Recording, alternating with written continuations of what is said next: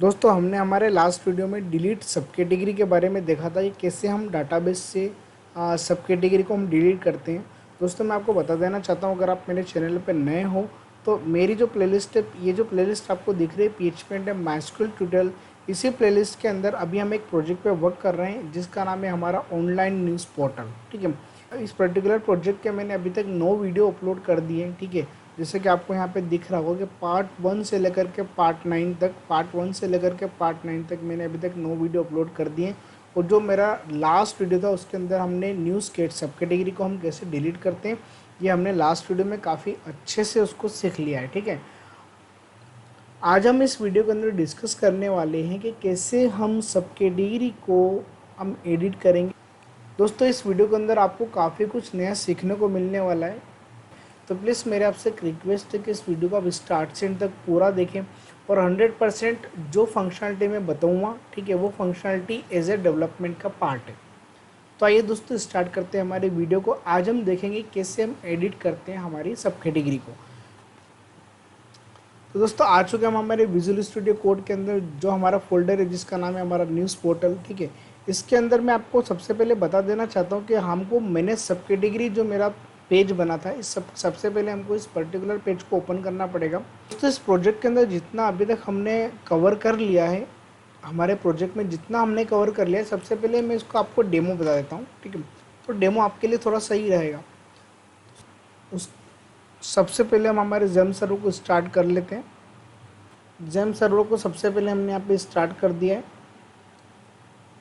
GeM server को start करने के बाद हम मूव करते हैं हमारे फोल्डर में, ब्राउज़र में सिंपली मुझे यहाँ पे लिखना रहेगा local host dash PHP and MySQL tutorial, जो हमारा फोल्डर है उसके अंदर हमने एक फ़ोल्डर बना लिया न्यूज़ पोर्टल नाम का। और जैसे मैं इस पर्टिकुलर फोल्डर को क्लिक करता हूँ तो देखो दोस्तों यहाँ पे आपको एक टेम्पलेट वगैरह दिख रही है, बिल्कुल स्टैटिक टेम्पलेट है। आगे जा करके हम इसको पूरा डायनेमिक वे पे बनाने वाले हैं। ठीक है, तो उसके लिए अभी जितना हमने काम करा है वो सारा का सारा काम हमारा एडमिन डिपार्टमेंट पे। तो जैसे मैंने एडमिन पे क्लिक करता हूँ तो आपको यहाँ पे एडमिन का ईमेल आईडी और पासवर्ड आपको यहाँ पे सिंपली मेंशन करना रहेगा। तो जैसे आपने यहाँ पे ईमेल आईडी और पासवर्ड लिख के जैसे आप यहाँ पे इंटर करते हो, इंटर करने के बाद हम आ चुके हैं हमारे एडमिन के डैशबोर्ड में। ठीक है, एडमिन के डैशबोर्ड में मैंने कैटेगरी मैनेजमेंट पूरा आपको सिखा दिया है। सब कैटेगरी मैनेजमेंट के अंदर मैंने सब कैटेगरी ऐड करना आपको बताई है और मैनेज कैसे करते हैं हम इसके अंदर सब कैटेगरी। ठीक है, तो उसके अंदर भी हमने ऑलमोस्ट डिलीट तक हमने सारी फंक्शनलिटी कर ली है। आज हम इस वीडियो के अंदर एडिट की फंक्शनलिटी को फुलफ़िल करने वाले। तो दोस्तों आप मेरे साथ स्टार्ट से एंड तक बने रहिएगा, क्योंकि इसके अंदर मैं ज्वाइन का भी यूज़ करने वाला हूँ। ठीक है, और काफ़ी कुछ आपको इसके अंदर नया सीखने को मिलेगा। तो उसके लिए दोस्तों सबसे पहले तो ये जो पेज है हमारा मैनेज सब कैटेगरी, हम यहाँ पे मूव करते हैं तो हम आ चुके हैं हमारे मैनेज सब कैटेगरी वाले पेज पे। और जैसे ही मैंने यहाँ पे मेरे पास, यहाँ पे आप देख रहे हो, यहाँ पे मेरे पास 2 एंकर टैग है। पहला जो एंकर टैग था वो था मेरा किसके लिए था, एडिट के लिए, और दूसरा जो एंकर टैग है वो मेरा किसके लिए, डिलीट के लिए। ठीक है, तो ऑलमोस्ट मैंने यहाँ पे डिलीट की फंक्शनलिटी को पूरा फुलफ़िल कर लिया है, जो लास्ट वीडियो में मैंने आपको बता दिया है।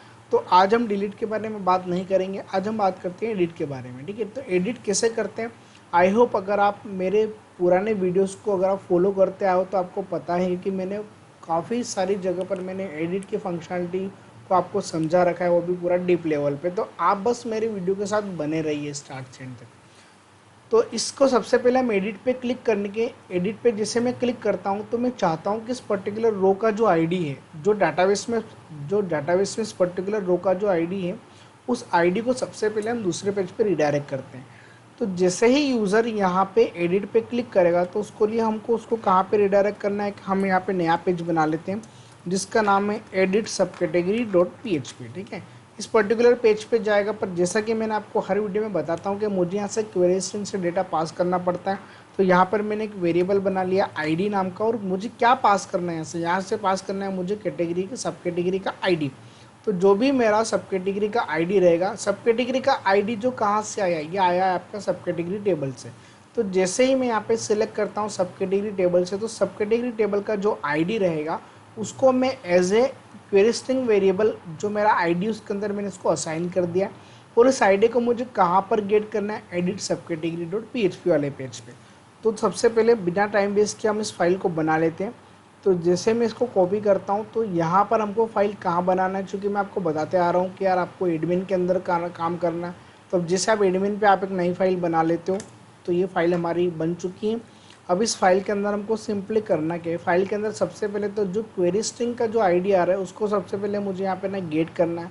तो उस आईडी को गेट करने के लिए हम यहाँ पे सर्वर वेरिएबल यूज़ करते हैं $_गेट, ठीक है। तो यहाँ से जो भी आईडी आएगा, जो भी आईडी के अंदर जो भी वैल्यू आएगी उस वैल्यू को हम सिंपली यहाँ पे एक वेरिएबल के अंदर ले लेते हैं और वेरिएबल के अंदर असाइन करके सबसे पहले हम उसको ना इको करके देख लेते हैं कि क्या वाकई में इस पर्टिकुलर रो का आईडी आ रहा है कि नहीं आ रहा है। तो रिफ्रेश करते हैं। रिफ्रेश करने के बाद जैसे ही मैं इस पर्टिकुलर चेकबॉक्स पे जैसे मैं यहाँ पे एडिट पे क्लिक करता हूँ तो आपको दिख रहा है यहाँ पे उस पर्टिकुलर रो का आईडी आ चुका है।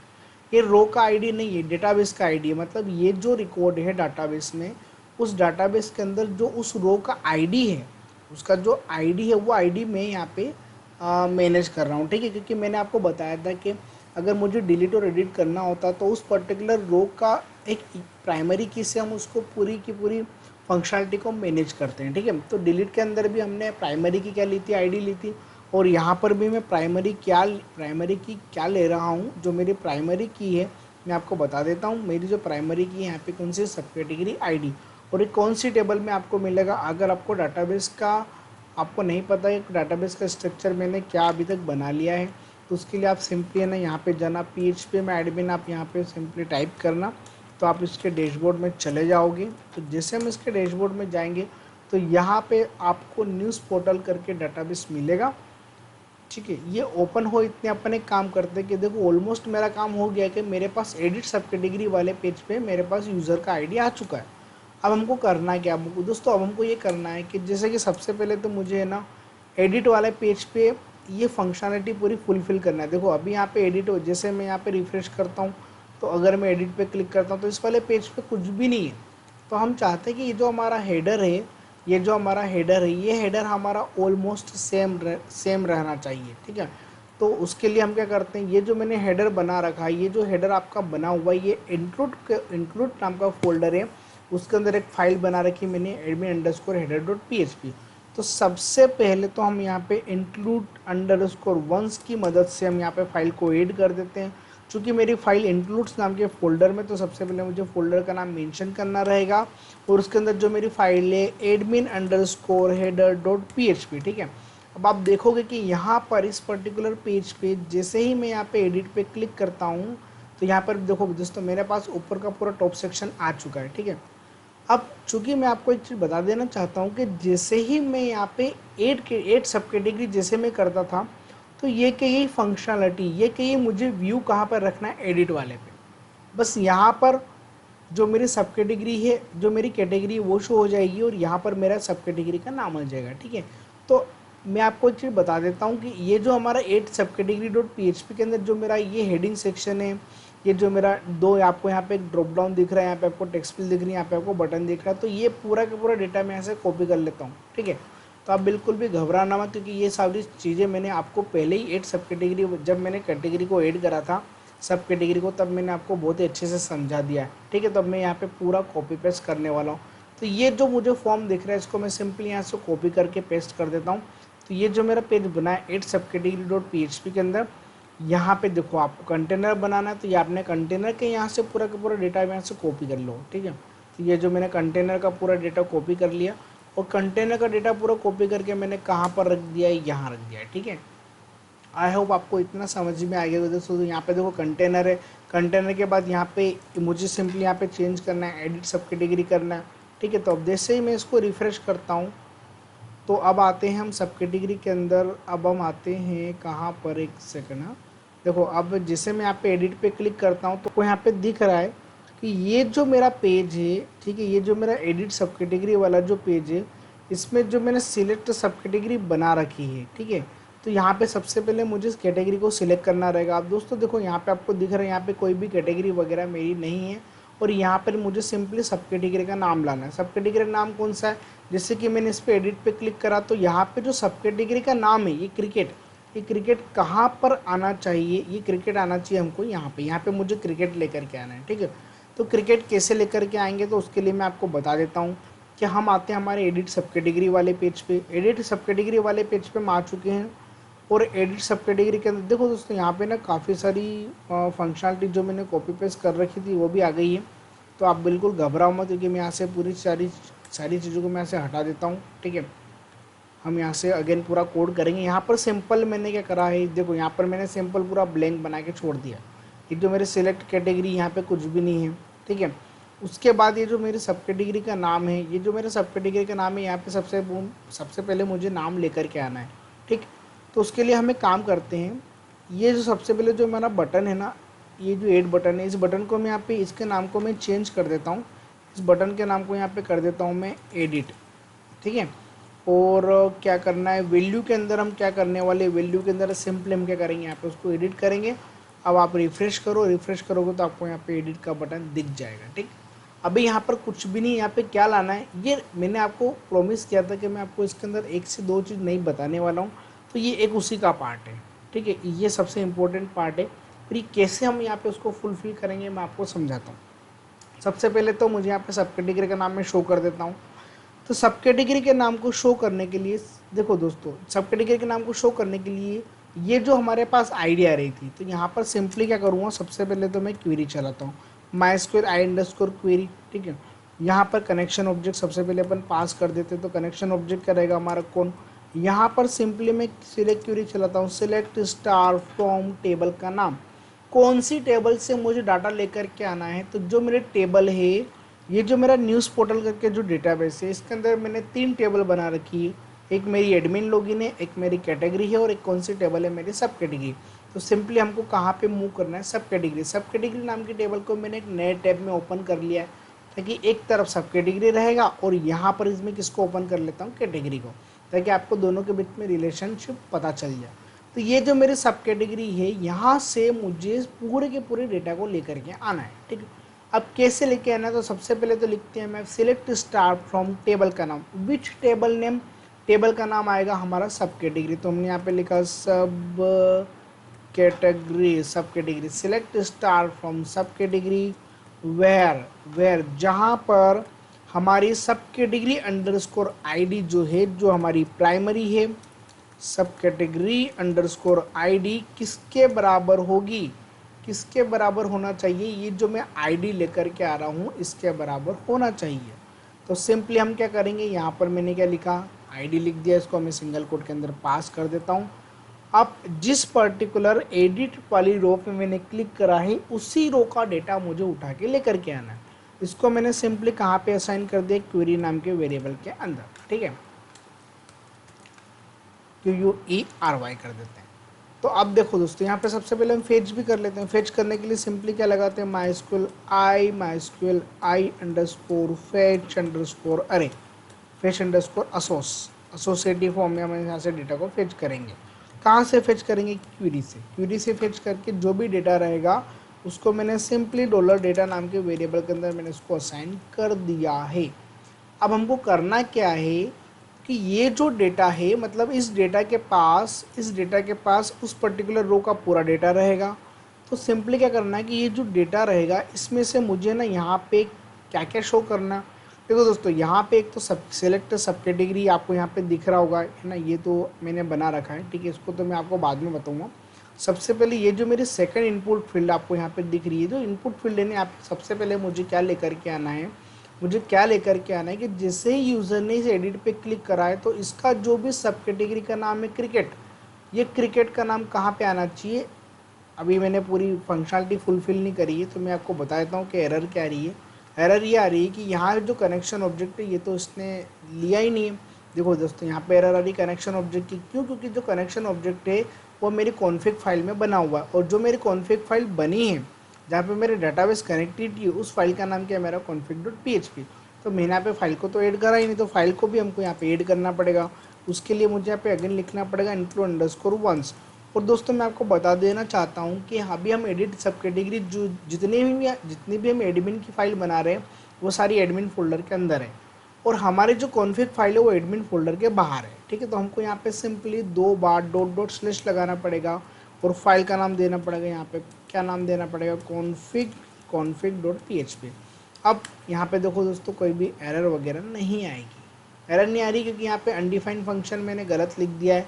फंक्शन mysqli करके मुझे यहाँ पे लिखना था। अब जैसे मैं इसको रिफ्रेश करूँगा तो देखो यहाँ पर मुझे कैटेगरी सब कैटेगरी का नाम लेकर के आना है। तो चूंकि मेरा डेटा तो मैंने फेच करके डॉलर डेटा नाम के वेरिएबल के अंदर मैंने असाइन कर ही दिया है। तो अब हमको करना क्या है कि ये जो हमारी सेकंड इनपुट फील्ड है यहाँ पर हमको एक एट्रीब्यूट लगाना है, वैल्यू, है ना, जैसा कि हम हर बार करते आए हैं, आपको पता है। अब यहाँ पे सिंपली करना क्या कि इको करना है डॉलर डेटा को हम बोलेंगे कि भैया डॉलर डेटा के पास जितना भी नंबर ऑफ रिकॉर्ड है उसमें से हमको केवल क्या दे दो, सब कैटेगरी का नाम दे दो।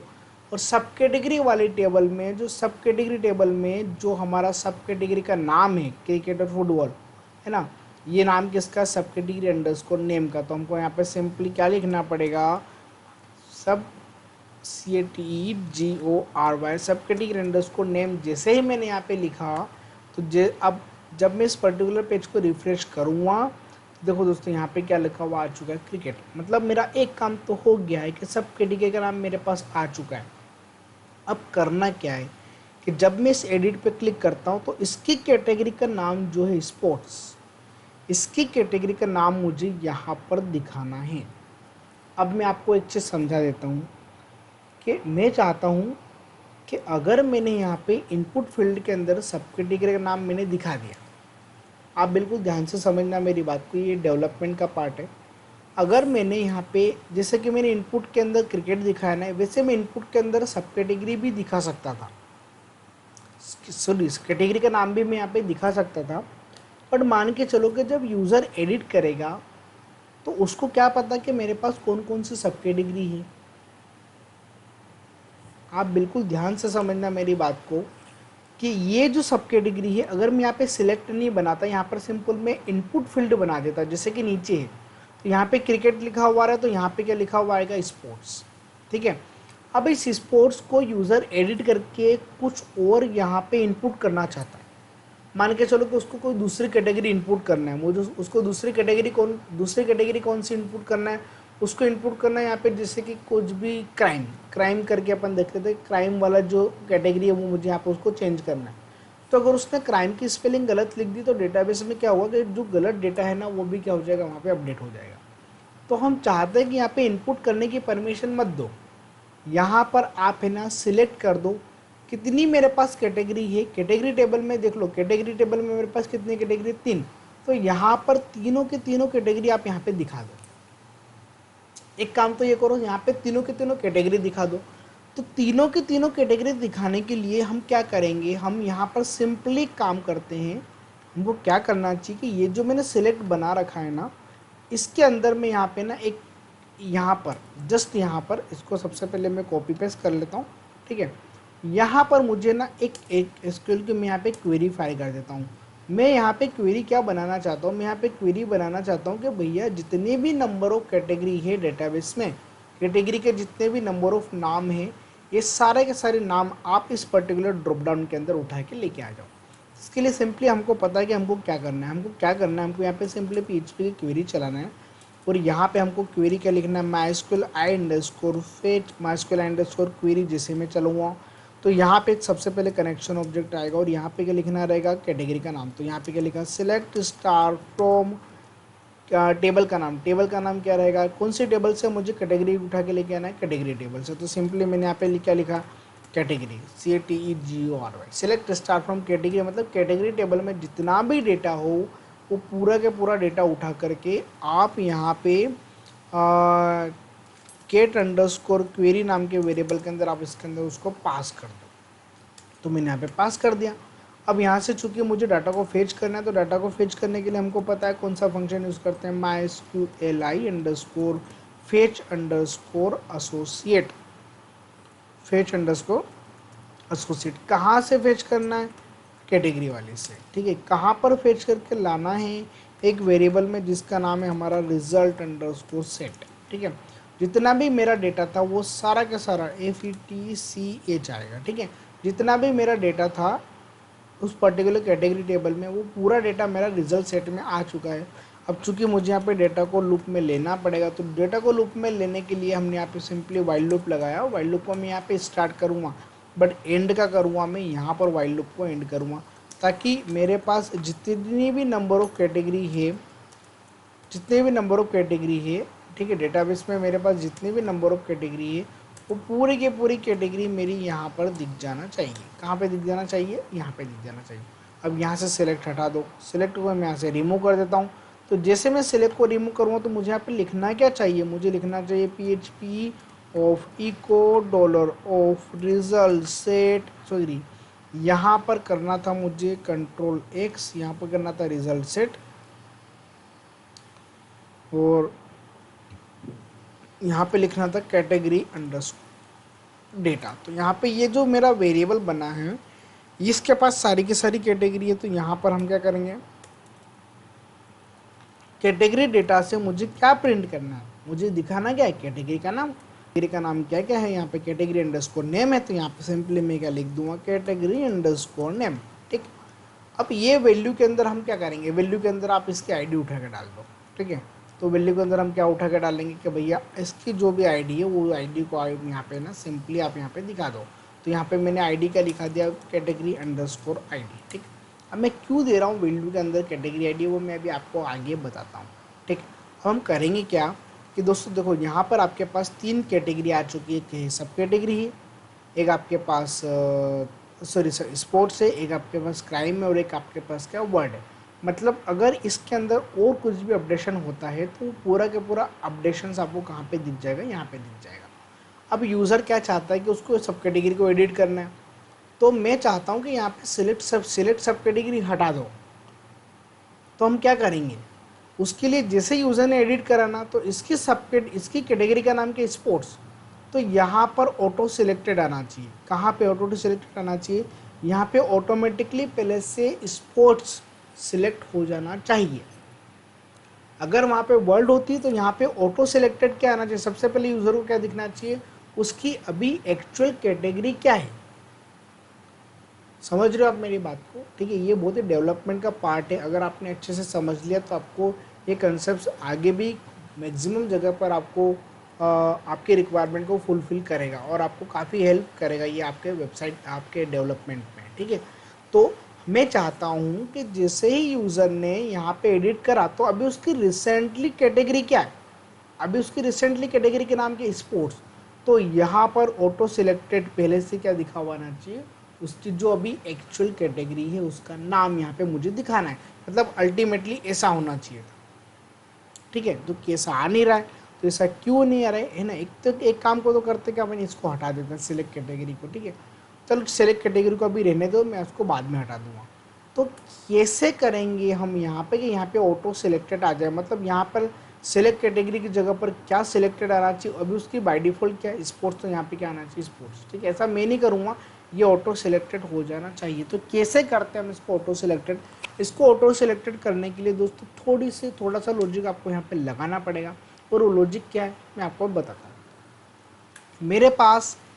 मेरे पास अभी क्या है, मेरे पास अभी ये है कि ये जितने भी कैटेगरी है वो सारी की सारी कैटेगरी मैंने इस अरे नाम के वेरिएबल के अंदर डाल दी। ठीक, अब जो मैं अभी बाय डिफ़ॉल्ट लेकर के आ रहा हूँ, जो मेरी उस पेज से आ रही है, कौन से पेज से आ रही है? जो मेरी मैनेज कैटेगरी वाले पेज से जो भी उसकी कैटेगरी का नाम आ रहा है, जैसे कैटेगरी का नाम अभी क्या आ रहा है? स्पोर्ट्स। तो जैसे मैं इसको एडिट करूँगा तो यहाँ पर मुझे कुछ तो मिलेगा ना, स्पोर्ट्स वगैरह कुछ तो मिलेगा। तो मैं चाहता हूँ कि इस हमारे पास जो ऊपर मैंने सिलेक्ट क्वेरी चलाई थी, ये सब कैटेगरी टेबल से पूरा डेटा लेके आ रही है। मतलब सब कैटेगरी टेबल से क्या लेकर के आ रही है? सब कैटेगरी टेबल से, अच्छा एक चीज़ तो मैं आपको बताना भूल ही गया कि यहाँ पर मुझे सब कैटेगरी टेबल से तो मुझे पूरा का पूरा डेटा दिखाना ही है ना। और यहाँ पर मुझे सब कैटेगरी का नाम भी लगेगा। किसका लगेगा? ये जो आप देख रहे हो ना, जैसे कि आपको सब कैटेगरी टेबल में कैटेगरी टेबल का आईडी दिख रहा है 11। क्या दिख रहा है? 11, क्योंकि मुझे यहाँ पे कैटेगरी की आईडी की जगह पर उसका नाम चाहिए। क्या चाहिए उसका? मुझे यहाँ पे नाम चाहिए। तो नाम चाहिए तो उसके लिए हम चाहते हैं कि सिलेक्ट स्टार फ्रॉम सब कैटेगरी, यहाँ पर हम लगाएंगे ज्वाइन। और कौन सा ज्वाइन लगाएंगे? क्योंकि मुझे सब कैटेगरी टेबल का तो पूरा डेटा चाहिए। तो यहाँ पर मैंने सिंपली यहाँ पे मैंने क्या लगाया? Left join. लेफ्ट करना ज्वाइन कौन सी टेबल पे? कौन सी टेबल पे? कैटेगरी टेबल पे। कैटेगरी टेबल पे मुझे ज्वाइन लगाना है ऑन, जहाँ पर जहाँ पर सब कैटेगरी टेबल का सब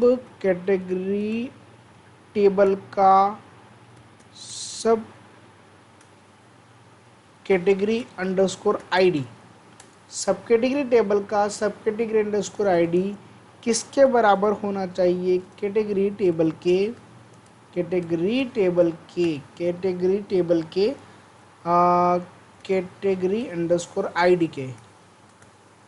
कैटेगरी अंडरस्कोर आईडी। दोस्तों मैं एक बार आपको क्विक रिवीजन जरूर करवा दूंगा, पर आप इसको स्टेप बाय स्टेप समझते जाना कि ऐसा मैं क्यों कर रहा हूँ, मैं लेफ्ट जॉइन क्यों लगा रहा हूँ, क्योंकि मुझे सब कैटेगरी टेबल का पूरा डेटा लाना है। तो ये क्या रहा है कि सब कैटेगरी टेबल में देखो कैटेगरी का आईडी भी आ रहा होगा, सब कैटेगरी टेबल का आईडी भी आ रहा होगा, सब कैटेगरी टेबल का नाम भी आ रहा होगा और कैटेगरी टेबल का आईडी भी आ रहा होगा। तो मुझे आईडी से क्या मतलब, मुझे तो यहाँ पे नाम शो करना है ना, मुझे यहाँ पे क्या शो करना है, मुझे तो यहाँ पे नाम शो करना है। तो उसके लिए हम चाहते हैं कि ये जितने भी फंक्शनलिटी है उसके लिए हमने यहाँ पे क्या लगा दिया, जॉइन लगा दिया।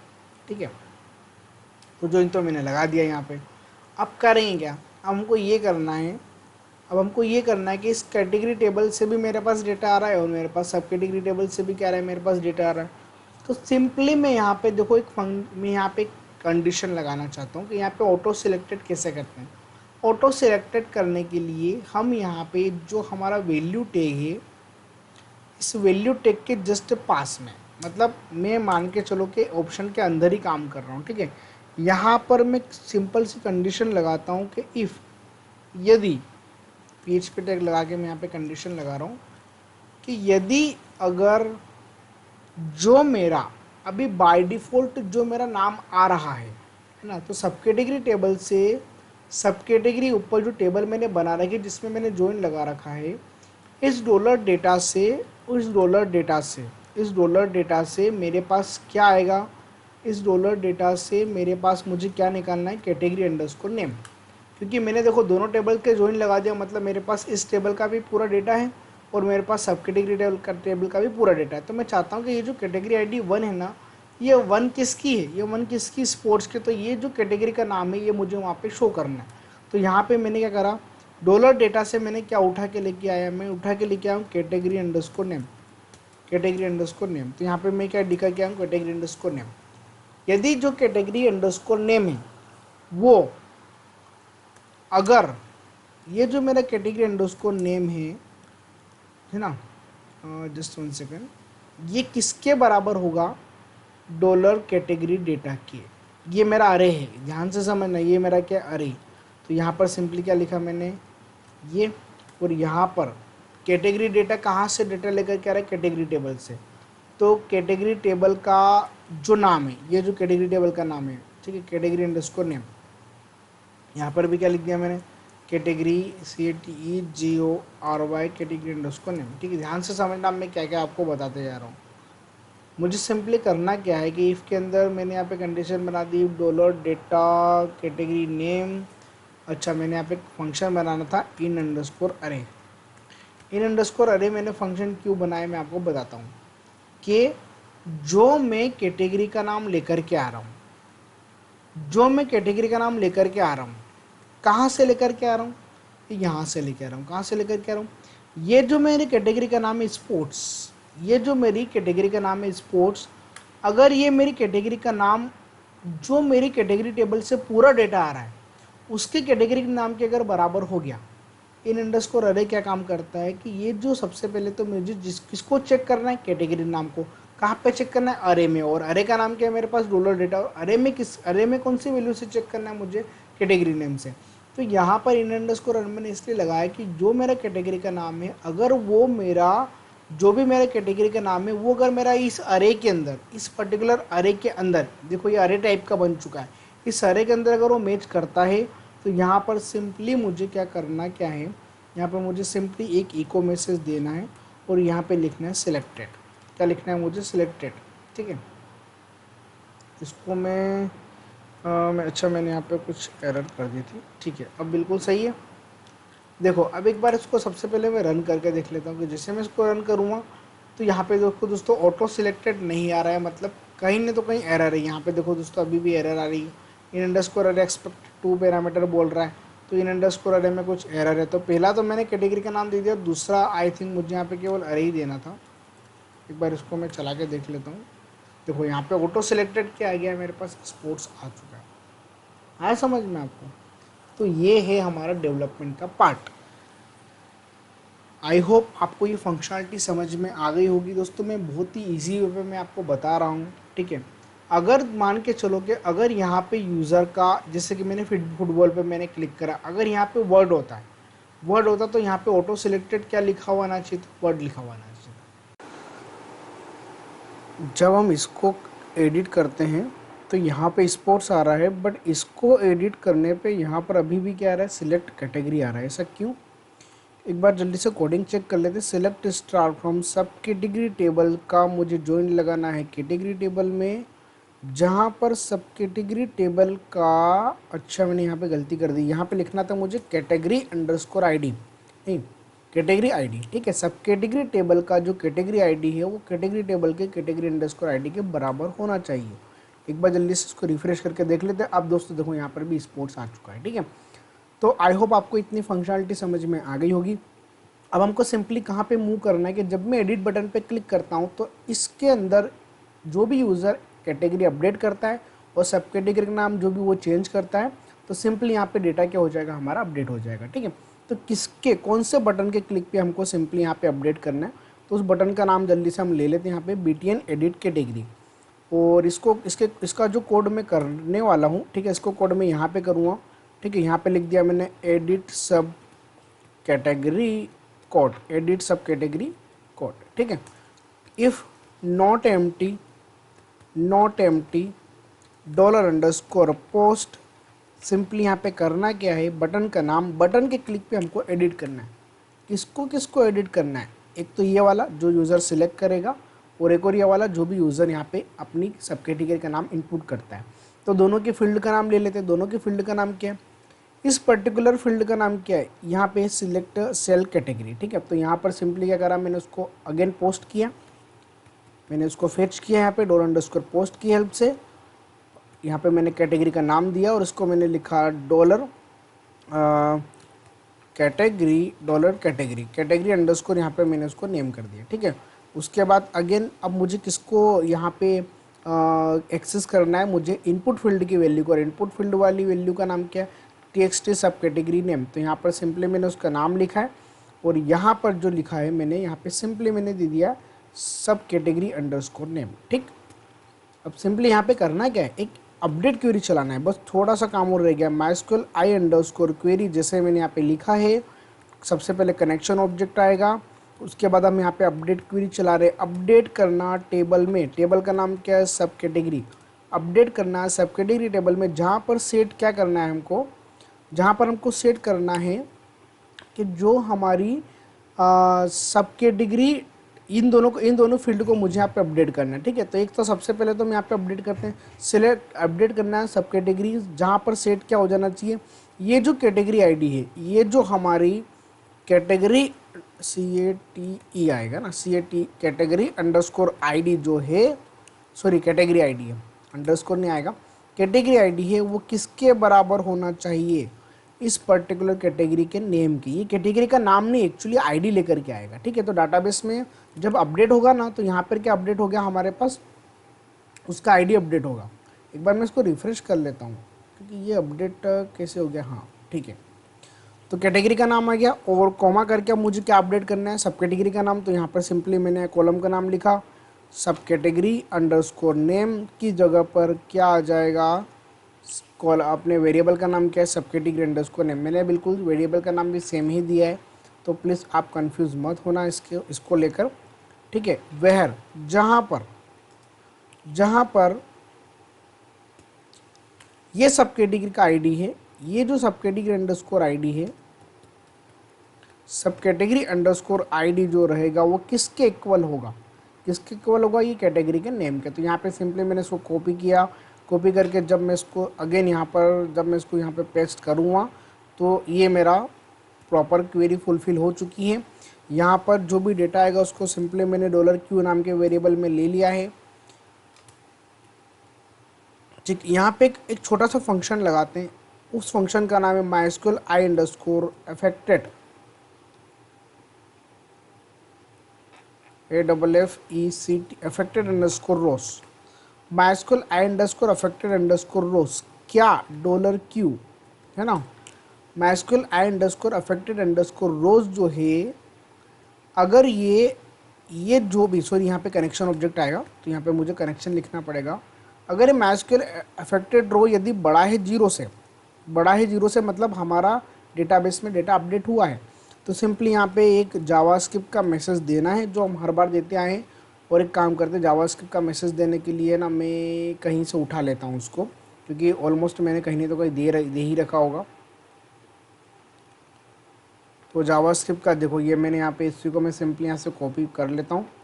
कॉपी करके मैं इसको है ना एडिट सब कैटेगरी पे यहाँ पर मैं सिंपली उसको क्या करता हूँ, पेस्ट कर देता हूँ। ठीक, यहाँ पे मैसेज चेंज हो जाएगा, सब कैटेगरी सक्सेसफुली अपडेटेड। क्या लिखना है, अपडेटेड। ठीक है, और यहाँ पे वापस उसको रिडायरेक्ट कर दो। कहाँ पे रिडायरेक्ट करना है, मैनेज अंडरस्कोर सब कैटेगरी पे। तो यहाँ पे आ जाएगा विंडो डॉट लोकेशन, पेज का नाम क्या आएगा, मैनेज अंडरस्कोर सब कैटेगरी डॉट PHP। ठीक है, जल्दी से इसको एक बार इसको हम रन करके देख लेते क्या वाकई में मेरा डेटा अपडेट हो रहा है या नहीं हो रहा है। तो दोस्तों वापस से बैक करते हैं। अब स्टेप बाय स्टेप मैं आपको समझा देता हूँ। जैसे कि मैंने यहाँ पे अगर एडिट पे क्लिक किया, देखो अभी यहाँ पे क्या है, वर्ल्ड है। अगर मैंने यहाँ पे इसको स्पोर्ट्स सिलेक्ट किया और मैंने सब कैटेगरी का नाम अभी हाल फिलहाल दे दिया मैंने क्रिकेट 1 2 3, जैसे मैं यहाँ से उसको अपडेट करता हूँ तो देखो दोस्तों यहाँ पे क्या अपडेटेड लिखा हुआ आ रहा है, अपडेट लिखा हुआ आ रहा है। तो यहाँ पर मेरा डेटा क्या हो चुका है, अपडेट हो चुका है। ठीक, अगेन मैं इसको भी मैं अपडेट करके देख सकता हूँ। ठीक है, पर मैं करूँगा नहीं। ठीक है, क्योंकि मैंने आपको सारी फंक्शनलिटी बता दी। वापस से मैं इसको क्रिकेट कर देता हूँ। ठीक है, अब जैसे मैं यहाँ से इसको अपडेट करता हूँ तो ये मेरा डेटा सक्सेसफुली अपडेट हो चुका है। तो दोस्तों ये थी हमारी फंक्शनलिटी इस पर्टिकुलर वीडियो के अंदर। देखो एडिट हमने पहले भी करके देखा है, पर नया ये था कि जब भी मैं किसी भी पर्टिकुलर रो को जब मैं एडिट करता हूँ तो उस रो का जो भी ऑटो सिलेक्टेड डेटा है वो कैटेगरी के अंदर हमारे पास आ जाना चाहिए। ठीक है, तो आई होप आपको ये फंक्शनलिटी समझ में आ गई होगी। दोस्तों अगर आपको ये वीडियो अच्छा लगा हो तो प्लीज़ इसको आप लाइक जरूर करें, शेयर जरूर करें। ठीक है दोस्तों, इस वीडियो में इतना ही, मिलते हैं हमारे नेक्स्ट वीडियो में, तब तक के लिए गुड बाय।